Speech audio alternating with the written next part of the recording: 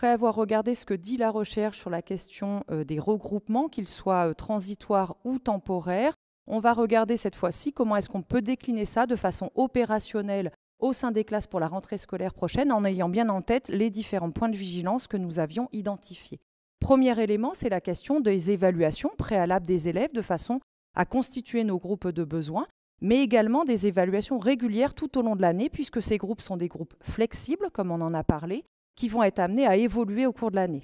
Pour cette question d'évaluation, je vous invite à aller voir la vidéo faite par Didier Martin, délégué académique à la pédagogie, qui consacre un temps non négligeable sur cette question de l'évaluation.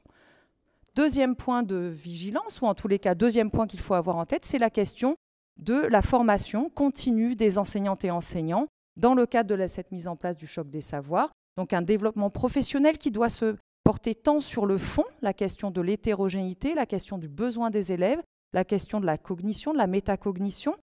que sur la forme scolaire. Dans quelle mesure on est capable de se poser la question de faire évoluer la salle de classe pour qu'il y ait des regroupements de petits groupes, comme on en a parlé, en termes d'apprentissage coopératif. Là-dessus, je vous invite du coup à vous reporter aux campagnes de formation d'initiatives territoriales qui se dérouleront très prochainement, dans lesquelles vous avez un certain nombre de groupes de formateurs académiques qui traitent de cette question-là, de répondre aux besoins des élèves sur la question de l'hétérogénéité et de la forme scolaire. Autre point à avoir en tête, c'est vraiment d'essayer de garantir au maximum l'acquisition des savoirs fondamentaux, plutôt qu'un curriculum qui serait figé par les enseignantes et enseignants, aussi bien en mathématiques qu'en français, mais dans les autres disciplines. Comment est-ce qu'on arrive à promouvoir ça et quel lien on fait avec les autres disciplines qui, elles aussi, participent au quotidien à la question des savoirs fondamentaux, aussi bien sur la langue française que sur la question des mathématiques.